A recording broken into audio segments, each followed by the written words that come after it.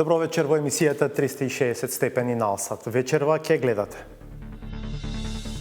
Откако се отворија бесплатните телефони за психолошка поддршка, повеќе стотици луѓе побарале помош на клиниката за психијатрија. Не би рекле дека е особено изразено некои панични напади, меѓутоа сепак се работи за анксиозност.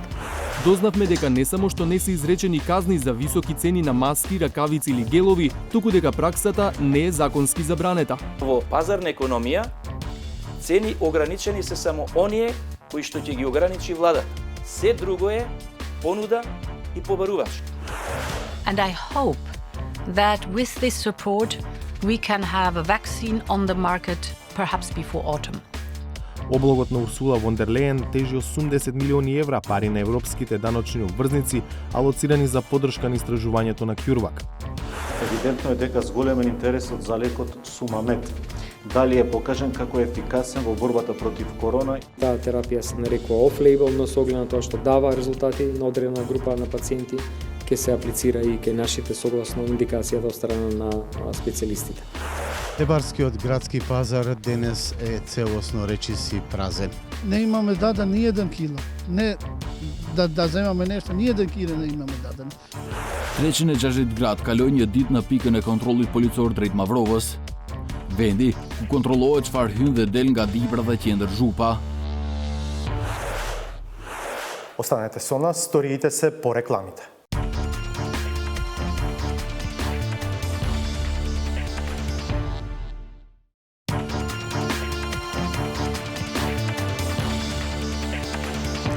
Гледате 360 степени. Седењето дома и сведувањето на минимум на контактите со други луѓе се сметаат за наефикасни во спречувањето на ширењето на коронавирусот. Но социјалната изолација, особено кај оние што мора да поминат 2 недели затворени во еден простор, предизвикува други проблеми. Анксиозност и паника се само дел од нуспојавите. Од помош за да се одржи ведрината во овие тешки времиња може да биде секој од нас, како што веќе прават бројни граѓани на социјалните мрежи. Петар Клинчарски. Кафе? Седи дома.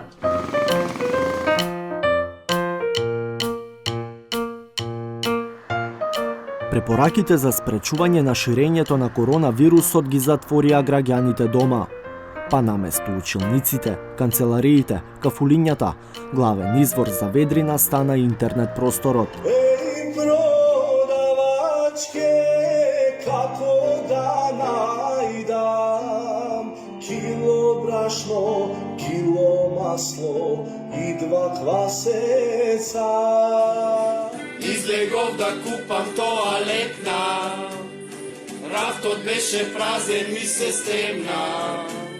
Зашто ли сега ќе го бришам газот, па ќе треба да го пуштам лазот. Но освен толку потребниот хумор, граѓаните почнаа да емитуваат и други содржини од студијата во нивните домови. Под мотото на кампањата "Седи си дома", студенти од Универзитетот Свети Климент Охридски во Битола споделуваат идеи што да се прави по дома. Јас пример по цел ден гледам серии. Овој период искористете го за да ги развиете своите кулинарски вештини. Јас денес го следувам мојот плакар. Утре тоа може да го направите и вие. Ленче Димовска, студент на Институтот за етнологија и антропологија, на YouTube држи лекции како се игра пајдушко-оро. Орото започнува со 4 подскоци со старт на десна нога. 1, 2, 3, 4. Уредничката во Алса Тарта Тахири, нејзиниот сопруг Сефер Тахири и синот Дрен веќе објавија 2 видеа под насловот "Карантин, надеж за слабење".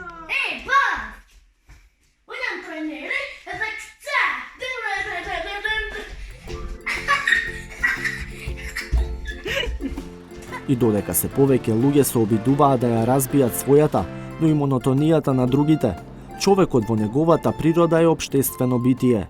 За неполна недела, откако се отворија бесплатните телефони за психолошка поддршка, повеќе стотици луѓе побарале помош на клиниката за психијатрија. Во основа има 3 различни линии: за лицата во самоизолација, за родители на деца во школска и предшколска возраст и пречки во развој и за граѓаните од кризните дебари центар Жупа.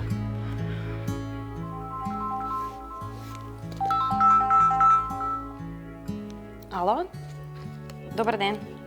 Да, на телефон на психологот од клиника за психијатрија се јавувате на... Гордана Николова е една од 5 теми на психолози кои секојдневно се во контакт со граѓаните. На повиците на кои одговара таа, но и нејзините колеги, вели дека преовладуваат прашањата за самоконтрола и справување со анксиозноста.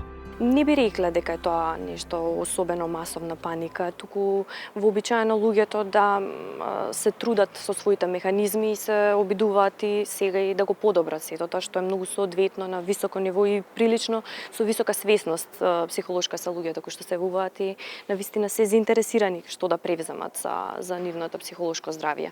Генерално се соработливи, имаат интерес за слично, не би рекла дека е особено изразено некои панични напади, меѓутоа сепак се работи за анксиозност, кое што е нормално. Со 70-дневно, бројот на повици засега е оптимален за докторите кои дежураат покрај телефонот.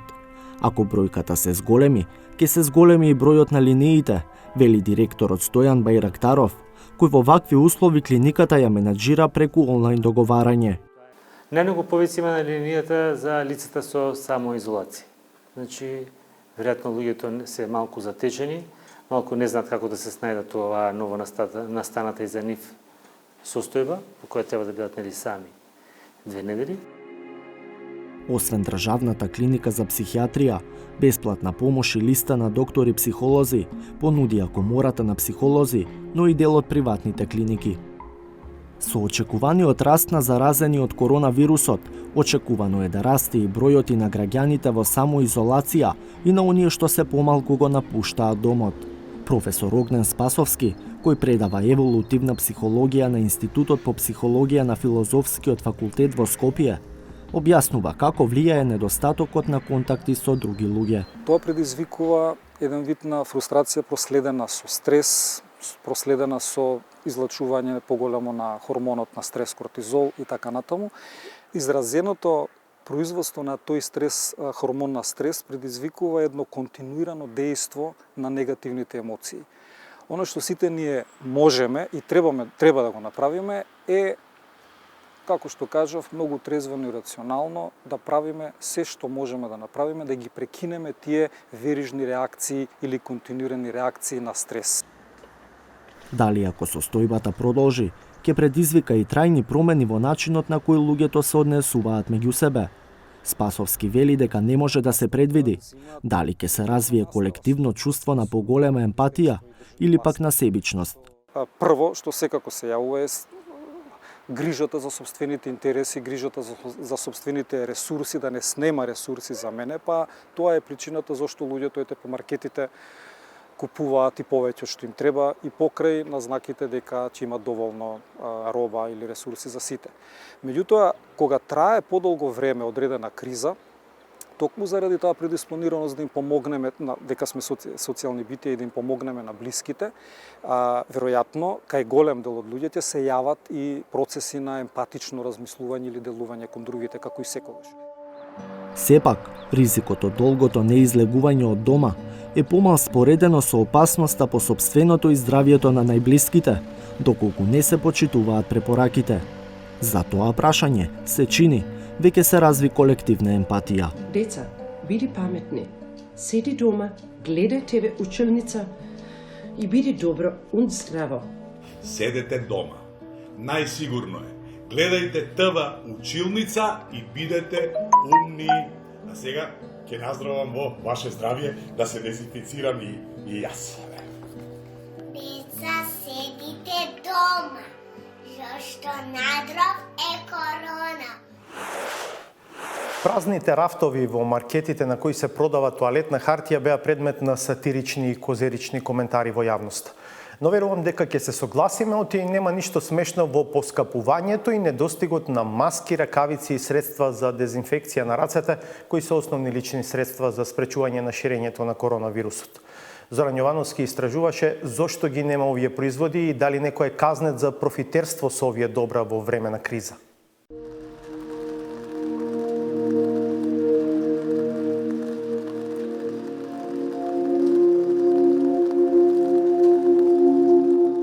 Коронавирусот доведе до вонредна состојба, а потоа и полициски час во земјава.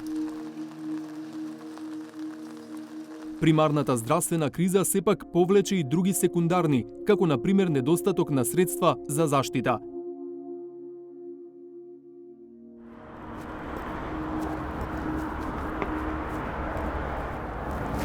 Добар ден. Извинете, маски имате? Не. А средства за дезинфекција на раце? Само ви малечки. Маски дали имате? Не. А ќе добиете деновиве? Па треба да добиеме маски вајна. По која цена ви се? Околу 30 дена. 30 да. Нема никаква. Немаме фабрика за маски. Добар ден. Ракавици има, ама само медиум. Само да видам дали има L. Медиум и XL, L нема. Нова маска за една употреба не најдов во аптеките во кои побарав. Од фармацевтите дознав дека пред почетокот на корона кризата, една маска чинела околу 4 денари. Сега, ако најдете, се продаваат за 30 до 50 денари по маска. Средства за дезинфекција имаше, но само во мали джебни пакувања. Ова што го купив, чинеше како и претходно, околу 60 денари. Ракавици најдов, иако не со соодветна големина за мојата дланка, но само такви имаше. Претходно, една ракавица чинеше околу 2 денара, а сега се продаваат за 4, па дури за 8 денари по парче. Јас не сум единствениот кој од прва рака се увери во недостигот и зголемените цени на небараните производи за заштита од коронавирусот. Тоа веќе го документирале и во Агенцијата за лекови. Во најголем дел, зголемувањето на малопродажните цени се должи на зголемување на набавната цена. Сите неправилности фармацевските инспектори ги пријавуваат во пазарната инспекција. Кога се обративме таму, дознавме дека не само што не се изречени казни за високи цени на маски, ракавици или гелови, туку дека праксата не е законски забранета. Во однос на цената, ја реков, пазарна економија сме. Затоа и владата донесе одлука за највисоки цени на одредени производи, затоа што во пазарна економија цени ограничени се само оние кои што ќе ги ограничи владата. Се друго е понуда и побарувачка. За некој да биде казнет за профитерство на маските, ракавиците или геловите за раце, или пак да биде принуден да ги намали цените, овие производи треба да влезат во владината одлука за производи на кои или им се ограничува цената или дозволената маржа на профит. А тоа досега не е сторено. Шефот на пазарната инспекција смета дека граница на маржата е вистинското решение.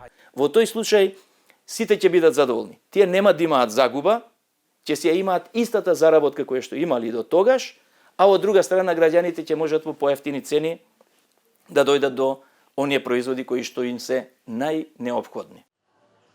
А владата досега ги замрзна цените на основните производи како леп, млеко, брашно, средства за дезинфекција на површини и некои лекови.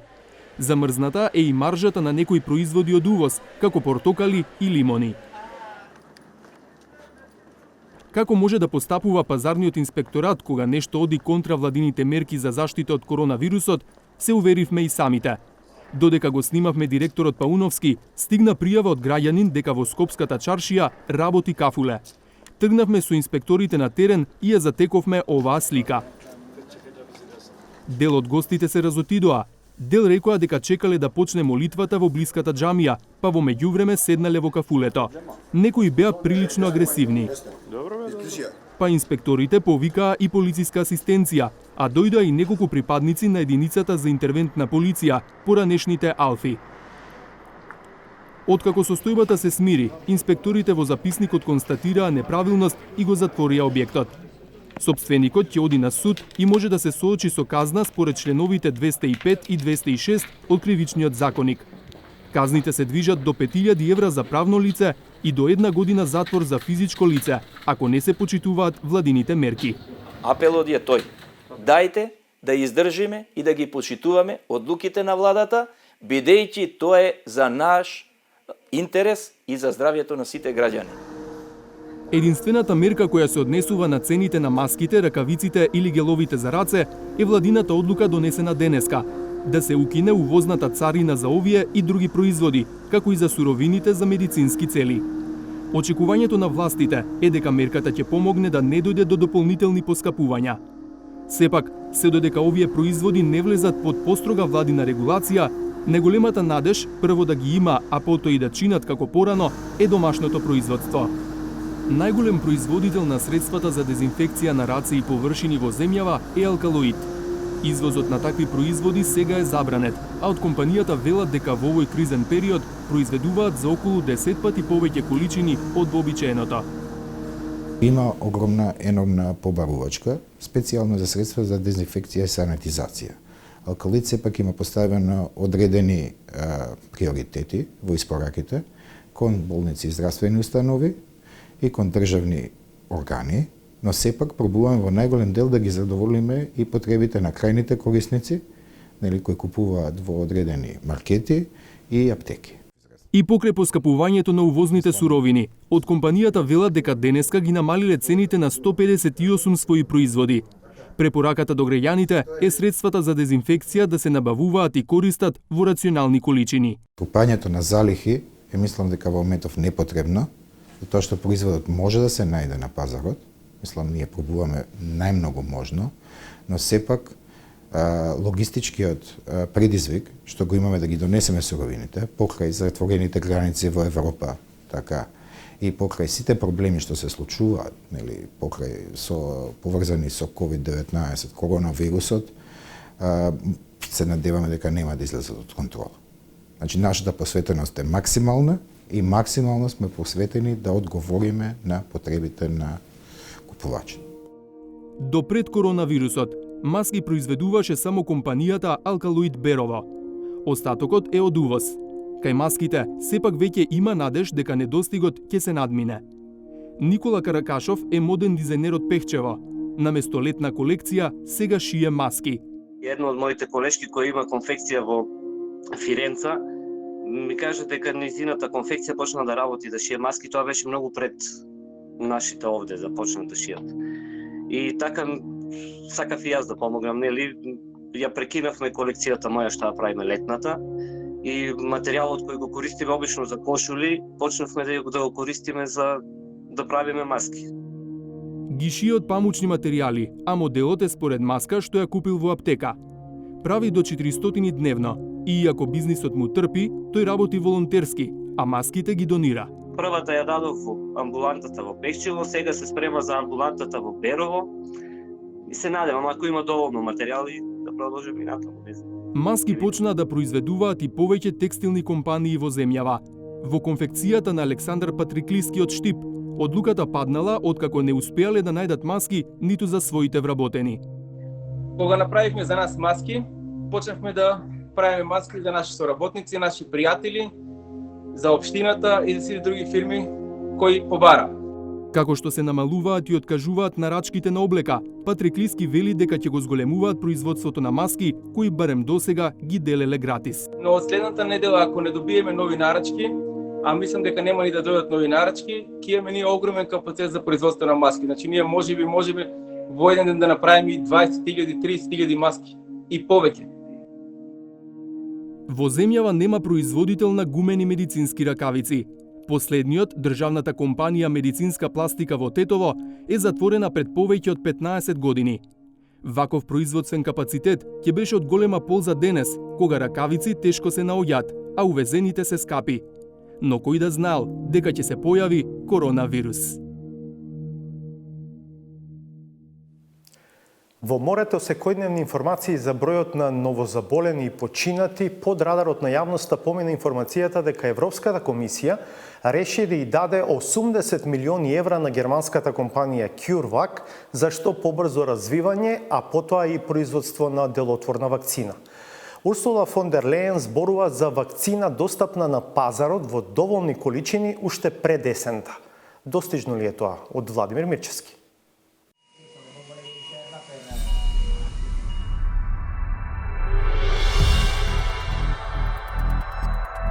We are financing the development of vaccines, and I hope that with this support we can have a vaccine on the market perhaps before autumn. Картата на која играат Европската комисија и незината шефица е оваа за фармацевски стандарди релативно мала компанија со 400 вработени со седиште во Тибинген, близу Штутгарт во Германија. Облогот на Урсула фон дер Лејен тежи 80 милиони евра пари на европските даночни обврзници, алоцирани за поддршка на истражувањето на CureVac. Од формирањето во 2000-та па до денес, компанијата се смета за една од водечките во развојот на вакцини базирани на човековата ДНК. CureVac користи техники на генетско инженерство за биолошки да го оптимизира трансферот на пораки во човечките клетки, за да му ги дадат на телото потребните информации за да се бори против болеста и да развива антитела. Дека CureVac е на вистинскиот пат да развие вакцина за COVID-19, зборува и битката за нејзино купување.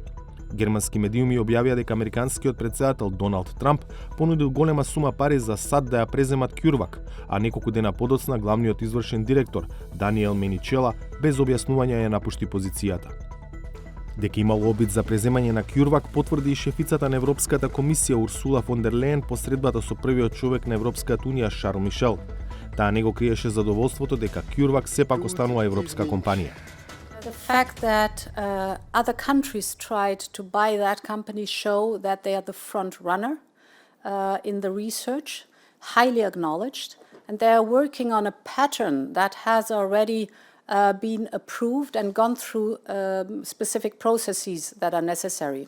So they are highly specialized in this field, and it's their prediction that they might be able towards fall to have the possibility to have a vaccine that is fighting coronavirus. It was very important for us. It's a European company.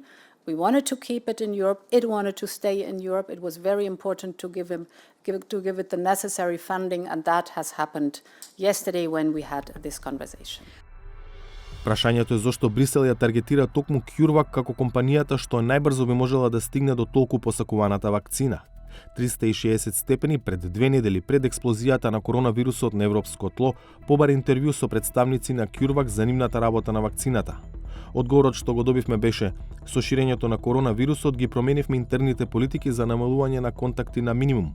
Затоа не сме во можност да ве примеме во нашиот објекти лаборатории. Сепак пред неколку дена CureVac организираше телефонско интервју за повеќе заинтересирани медиуми на кое раководството одговараше на прашање за процесот на подготовка на вакцината. What we do currently is to encode one specific protein which is present in the surface of coronavirus. And this protein is sufficient to activate our immune system and fight against this virus. This concept, very similar concept, we already proved here with our rabies vaccine in humans, and we saw that this technology is very potent, and we see protection with very low dose. И во случајот со COVID-19, CureVac го користи истиот принцип. We started production of 2 vaccine candidates here for use in humans, and everybody at CureVac is really very fascinated about this program, and we work hardly to be able to start the phase 1 study in early summer. Секој процес на изработка нова вакцина покрај истражувачкиот содржи тест период кој најчесто трае долго, понекогаш со години, дополнително обременет со бирократски процедури.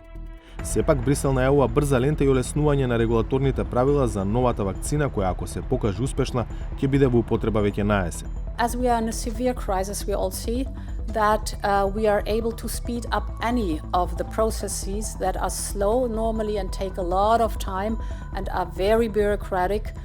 We all know it goes for the public procurement, for example, right now too. We have processes that normally are slow, are difficult, but we have the means to speed them up.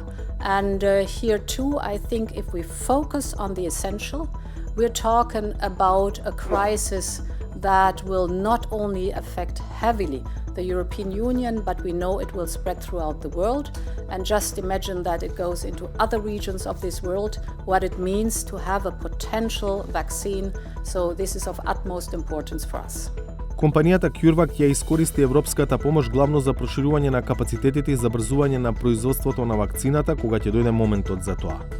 We are very grateful for the support of the European Commission with this financing, and this will help us to further expand our capacities. So, as you know, CureVac really is focused on a thorough development of the vaccines. So it is not only to be very fast in the clinic, but also provide material for a great part of the population who needs it. And exactly for this kind of supply, we will take the financing and accelerate our already started construction to have here enough capacity to provide for the population the right amount of vaccine doses. Сегашниот капацитет на CureVac е 10 милиони дози, а помошта од Европската Унија треба да го зголеми до можност за производство на 1 милиарда дози за релативно краток период.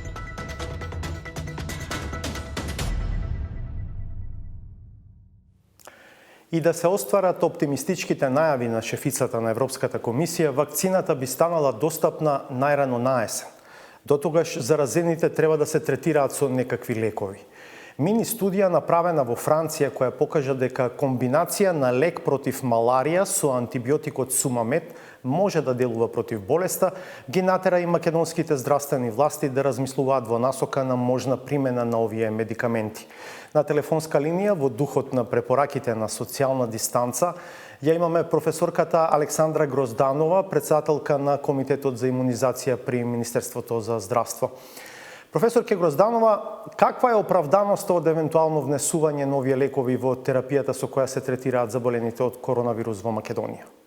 Во моментот, целата научна и светска јавност најверојатно се обидува да одговори на ова прашање, се со цел да се најде што побрзо соодветна и ефикасна терапија за COVID-19. Верувајте дека на дневна основа се следат извештаите од клиничките ефекти од различни студии. Мора да се спомене дека колегите од Кина први и многу безрезервно ги споделија нивните искуства, кои што се исклучително битни и врз база на кои што всушност и се базираат протоколите кои што сега веќе секоја од земјите во светот ги подготвува. Ова што го споменавте вие е дека научната јавност во последните неколку дена посебно беше заинтересирана за податоците кои што излегува од студијата во Марсеј во Франција, каде што 20 на пациенти беа третирани со комбинација од хидроксихлорохинин заедно со азитромицин. Оваа терапија во која што всушност се користи еден антималарик, тоа е хидроксихлорохининот, кој што се користи како антиревматик, покажала резултати на начин што дала сигнификантно, односно значајно намалување на присуството на вирусот, време траењето на вирусната инфекција и соодветно споредено со истото кое што било релативно подолго кај пациентите поинвазивно, кај пациентите кои што не го примиле лекот. Дополнително се забележало дека додавањето на азитромицинот, значи комбинацијата од хлорохин, хлорохидроксихинин и азитромицин дала уште подобри ефекти.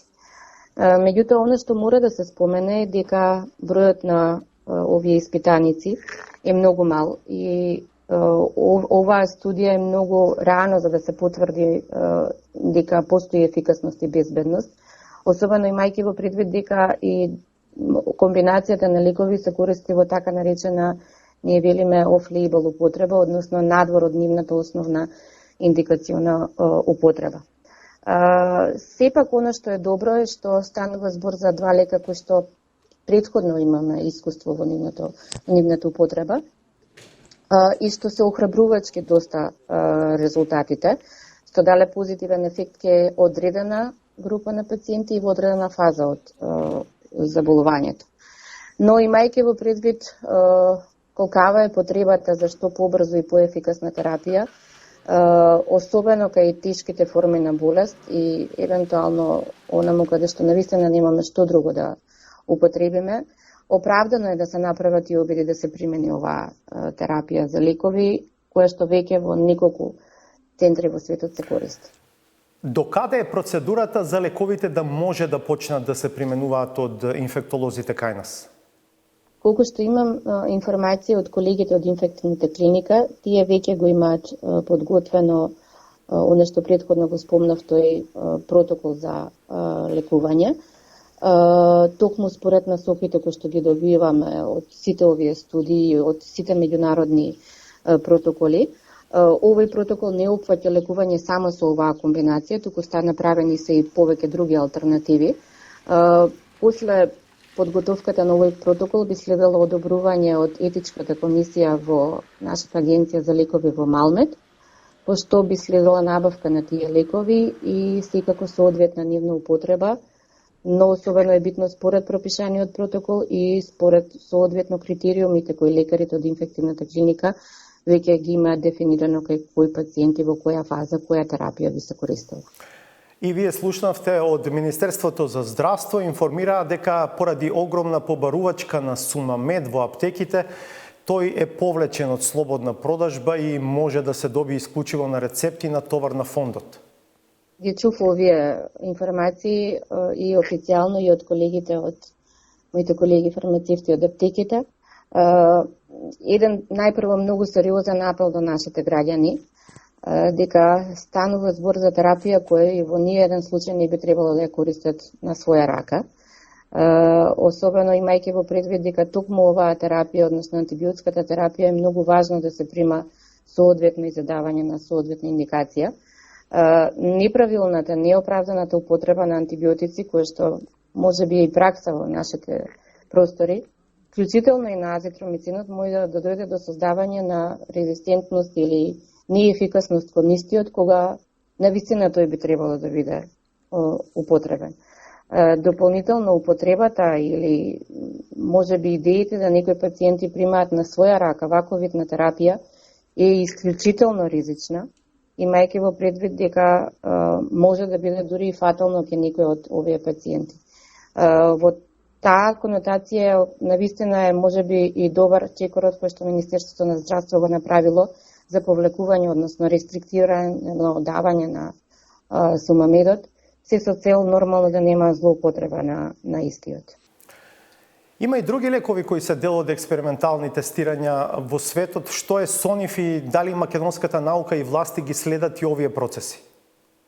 Во моментот постојат повеќе студии за лекови и протоколи. Споменав дека и протоколите кои што се изготвуваат не се само за еден вид на терапија. Многу ветувачки и таргетирана терапија во овој случај би била нормална антивирусната терапија, иако тука е многу лимитиран избор што го имаме. Меѓу групата на различни антивирусни лекови, првенствено е ремдесивирот. Тој според оно што го гледаме највеќе ветува. Тој е еден од лековите, антивирусните лекови кој што беше користен во третман на ебола. Потоа е комбинацијата на ХИВ лекови, а тоа е лопинавирот со ритонавирот. Оваа комбинација може да биде дадавана самостојно или во комбинација со интерферон бета, и секако тука е и антиревматикот тоцилизумаб, кој што е моноклонално антитело, меѓутоа одредени клинички студии, одредени веќе студии за истражување покажуваат негова добра ефикасност. Во сите овие протоколи се додаваат и интерферонска и антибиотска терапија. Инаку да, се следат сите истражувања. Во исто време два глобални проекти започнуваат, едниот од Светска здравствена организација, кој што е именуван како Солидарност, односно Солидарити, а другиот од Европската унија, кој што е именуван како Discovery, каде што всушност овие 4 комбинации, 4 платформи или 4 вида на терапија ќе бидат цел на едно глобално мултицентрично истражување кое што веќе од пред неколку дена започна. Професор, ке благодарам. Ова беше Александра Грозданова, председателка на Комитетот за имунизација при Министерството за здравство. Продолжуваме. Скопје и остатокот од државата ја живеат втората вечер под полициски час. Граѓаните на Дебар и центар Жупа пак 11-ти ден живеат по правилата на кризна состојба. Фехми Скендер од центар Жупа за ова издание на 360 степени подготви репортажа за тоа како изгледа секојдневието во кризната зона. Двете единствени општини под карантин во Македонија, Дебар и центар Жупа, ја минуваат втората вечер под полициски час. но за разлика од остатокот на државата, сликата по 21 часот овде беше слична и во претходните денови. По некој автомобил и комуналните служби се ретките ноќни птици. По изгреј сонцето е различно, но не и многу. Ретки се случајните минувачи, дури на пазарот, кој за викенд вообичаено е полн. Само пред неколку недели тука можеа да се видат и лјадници, пазарџи и исто така голем број на продавачи од Дебар и пошироко. Денес веќе нема никој. Има еден мал дел на тезги на кои се продаваат одредени овошја и зеленчук. Како одминува денот, состојбата не се менува многу. Продажбата на вистина да збориме денеска е овој многу слабо, зашто луѓето не излезат надвор, имат страф од сите, не знам, тешко и за држава и за нас. Согласно препораките, кафулињата во Дебар не работаат. Отворени се само маркетите и аптеките, но полиците се полни. Вака како се изгледа е добро. Понатаму ќе видиме како ќе биде ситуацијата. Како да работите тука? Значи, што купува најчесто муштеријата, односно нашите луѓе? Па најчесто основни работи, масло, брашно, шеќер, љувки, батаци, јајца.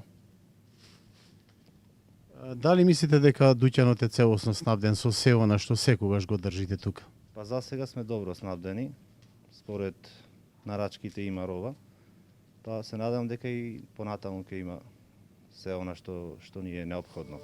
Набавките за градот ги координира регионалниот центар за управување со кризи во Дебар. Прво треба вие да пријавите име на субјектот кој треба да прими пратка во нашиот телефонски број, име на субјектот кој ја доставува пратка, датум и час на доставување на пратка. Шоферот не смее да излегува од кабината на возилото, од камионот со што доаѓа шоферот, значи целата процедура е се донесе робата во Дебар и после шоферот како што е внатре во кабината на камионот со процедури од полицијата излегува надвор од територијата на општина Дебар. Според последните податоци во Дебар се регистрирани 40 заболени од COVID-19, а едно лице од овој град ја загуби борбата со болеста. Во самоизолација се повеќе од 160 лица. Кризниот штаб кој го води градоначалникот доктор Хекуран Дука секојдневно се соочува со предизвици. Например, иако добро тече снабдувањето со храна и лекови, деновиве се создава тензија за поделбата на хуманитарната помош од електрани на Северна Македонија. Ние земавме став дека штабот, оперативниот штаб, веќе нема да се ангажира околу расподелба на хуманитарните пратки во вид на храна и облека, како и на лекови.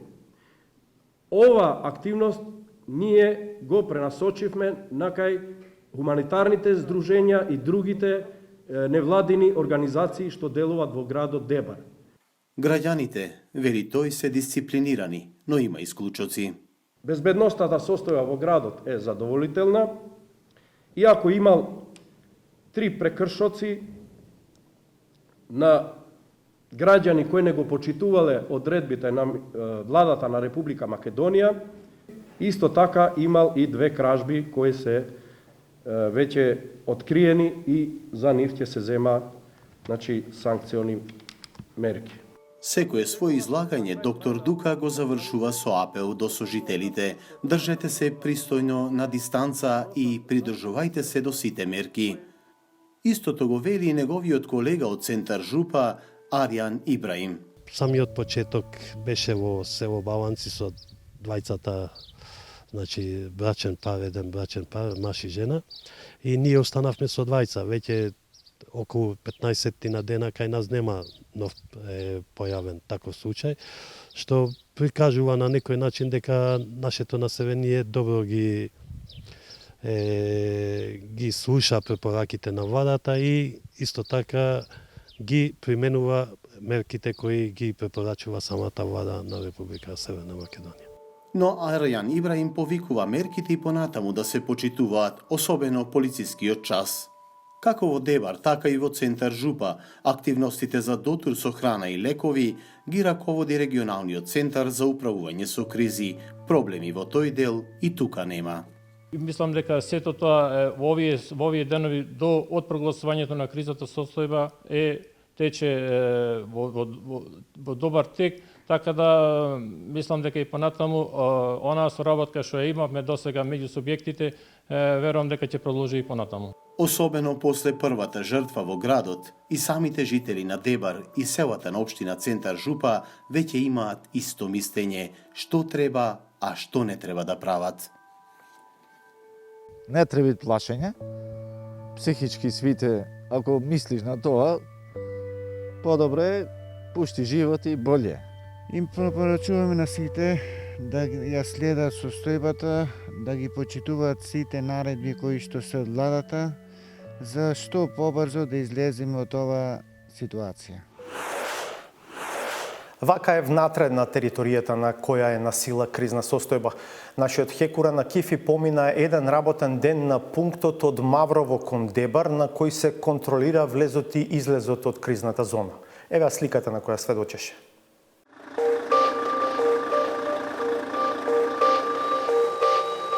Kanë kaluar saktësisht 10 ditë që kur në Dibër dhe Qendër Zhupë, të drejtë për hyrje dhe dalje, kanë vetëm disa lloj të automjeteve. Ata janë policia, ndihma e shpejtë dhe kamionët që shpërndajnë ushqim dhe ilaçe për banorët e të dy komunave në karantinë. 360 gradë kaloi një ditë në pikën e kontrollit policor drejt Mavrovës, vendi ku kontrollohet çfarë hyn dhe del nga Dibra dhe Qendër Zhupa. Lëvizja më e madhe është në mëngjes. Atëherë, një nga një mblidhen kamion, furgon dhe automjete të tjera të shpërndarjes. Plani i hartuar në letër zbatohet edhe në praktik. Shpërndarja është e mundur duke filluar nga ora 8 e mëngjesit. Për të arritur në pikë kontrolli policor, i cili është 10 kilometra para Dibrës, furnizuesit tashmë kanë kaluar disa kontrolle. Detyrimi i parë është të lajmërojnë në qendrën rajonale të menaxhimit të krizave në Dibër. Vetëm atëherë, ata mund të presin që zyrtarët e policisë do të lejojnë atyre hyrje në Dibër.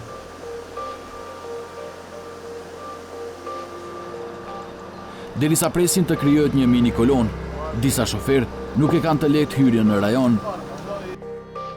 Да, моментално да пътувам. А дали се плашите от вакви ситуации? Малко треба, али не е баш така да се плашиш. Треба да се работи. Мислите дека се тече нормално? Па се надевам. Të tjerët nuk e kuptojnë plotësisht situatën. Да, прв влегуваме во карантин зона и не знам што се случува ова со народот, со А дали се плашите дека влегувате во некоја една жаришова? Влегувам, али зошто да се плашиме? Војна нема, ова некој обичен грип и тоа е тоа. Дали мислиш дека се преземени сите мерки тука од тоа кога излезете? Па мислам дека да.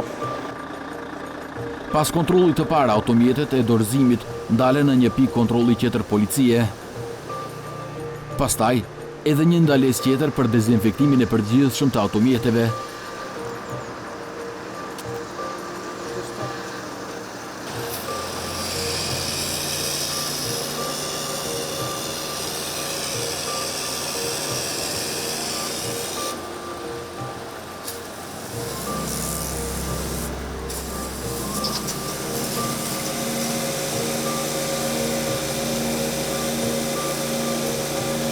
Nga ana tjetër, i pret policia lokale nga Dibra. Nën kontrollin e Ministrisë së Brendshme, të gjitha automjetet dërgohen në destinacionet e tyre të dakorduara. Drejtuesve të automjeteve nuk do të lejohet të dalin nga automjetet e tyre. Shkarkimi do të bëhet nga punëtorët të tjerë.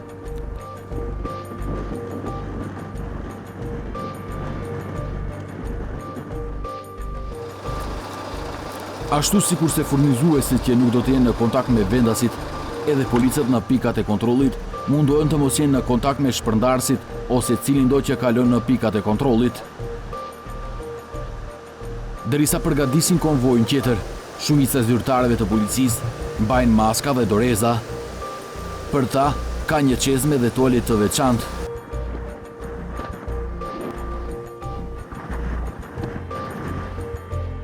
Nga mesdita, komunikacioni rritet në drejtimin të kundërt.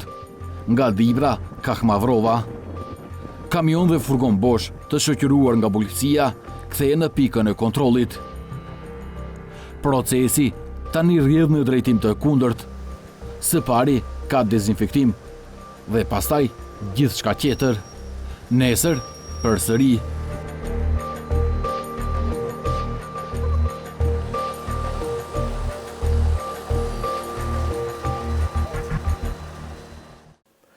Неколку големи синдикати го критикуваа предлогот на лидерот на СДСМ сите вработени во јавниот сектор, со исклучок на лекарите, полицајците и војниците, за април и мај да земат минимална плата од 14.500 денари. Решивме да побараме мислење и од граѓаните во нашата рубрика Микрофонот е ваш. Сите се согласуваат дека освен на здравјето на луѓето мора да се мисли и на економијата, но ставовите се поделени дали заради солидарност треба да се брцне во џебот на буџетарите за да се даде на други места погодени со кризата.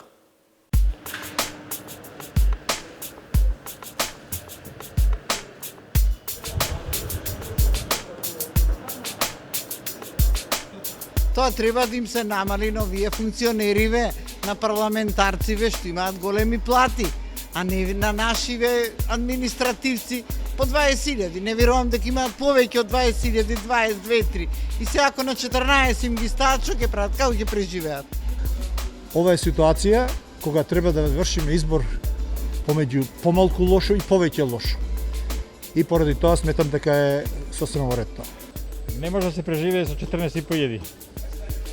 Поготово во семејство, да речеме, со 4 члена, 2 деца, а еден само работи, нема шанси.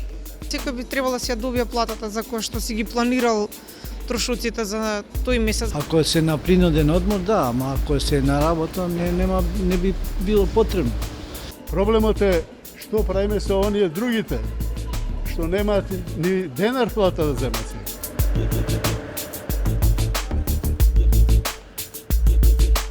Мислам да се помогне на приватните, да, ама со тоа што да не смеат да испуштаат работници. Покрај основната работа се спасат животите, ние мораме да внимаваме да се било како да се смалят негативните ефекти врз економијата. Мораме да внимаваме и за економијата. Би требало реално да биде како за сите еднакво. Треба да биде.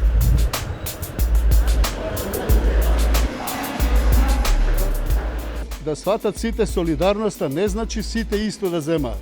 Оти не допринеле сите исто до сега. Нема потреба да се земе од некого за друг да се даде. Ако има поголеми плати, примерно од администрацијата, многу пари се дават за платите, да, ама нема потреба. Во ова тешко време никој ништо не знаеме што е фер, што не е фер. Ова е лудило. Не постои друг начин за било каква одржливост на економијата и мора некој да платат повеќе, некој помалку, али во секој случај основно е заради тоа што сметам дека е тоа помало зло отколку да не се направи тоа.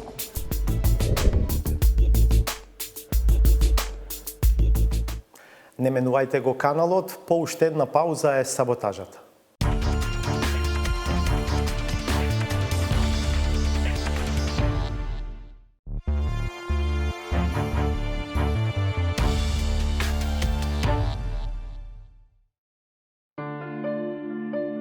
Прашањето на довербата е едно од клучните во битката за публика. Ама како никогаш досега во етерот владее толку големо разногласие, од кое навистина не може да се извлече заклучок. Кому навистина да му се верува, особено ако две приказни, во ист ден, на истата тема содржат доволно факти и елементи, за кои секој просечен гледач би било логично да смета дека се уверливи. Стравот од зголемениот број на нови случаи со коронавирусот или препораките на здравствените власти ги оставија градските паркови празни и без луѓе. Болеста се чини се уште не ги исплаши скопјани. Наместо дома седат по клупите во парковите. Прашањето на довербата во продукцијата се зголемува не само кога една вест се гледа од два сосема различни агли, туку и кога под притисок на зголемениот ангажман се прават лапсуси предизвикани од отсуството на концентрација, и тоа токму кај оние кои постојано го акцентираат проблемот на загрозениот идентитет.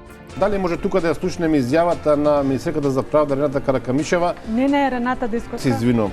Извинувањето е во ред доколку е ненамерно, но барем засега не се чу такво нешто од идеологот на десницата, кој изгледа има проблем со политичката идентификација, па при диселениците настапува со една, а пред домашната публика со сосема друга реторика. Па оттаму најавува независни листи, а одовде е фронтмен на обновата. Малку мускули ќе покажеме и на председателската и антидржавната СДСМ и на ВМРО-ДПМН, кои нема така остро да го нападам, ама вака ќе кажам. 95% е ДПМН, а дали 1% веќе е ВМРО.